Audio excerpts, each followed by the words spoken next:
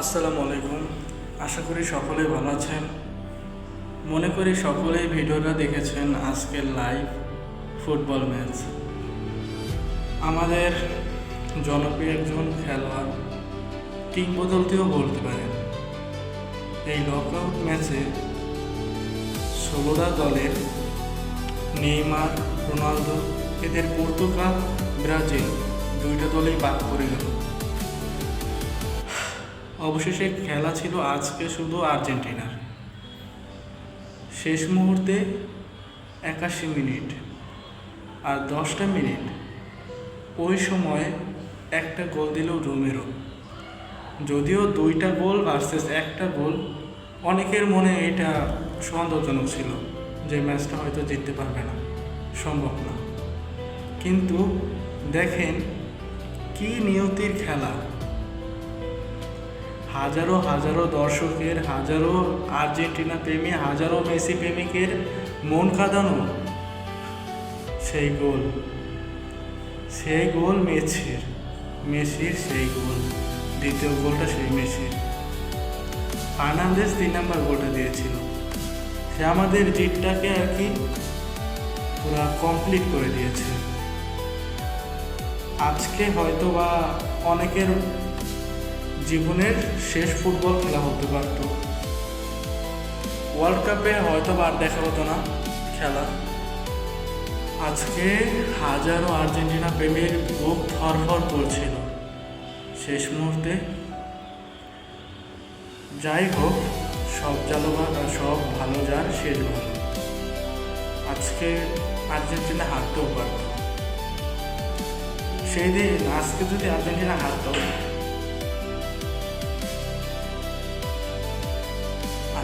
Argentina হারতো তাহলে আমরাও হয়তো বা ভাবতাম, অনেকে ফেসবুকে পোস্ট করতাম যে কিংবদন্তি আর নেই, খেলোয়াড় আমাদের প্রিয় মেসিকে আর আমরা দেখতে পারবো না আমাদের প্রিয় দলে, হয়তো বা আর দেখা হবে না ফুটবল খেলা, হয়তো বা আর এই ওয়ার্ল্ড কাপ এনজয় করা হবে না।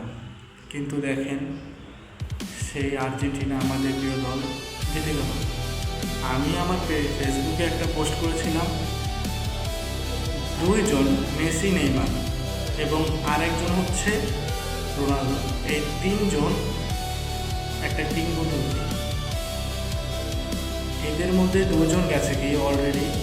আমি বলেছিলাম যে মেসি যেন জয়লাভ করে, আমরা চাই মেসিকে এবার একটি কাপ নিতে দেখতে।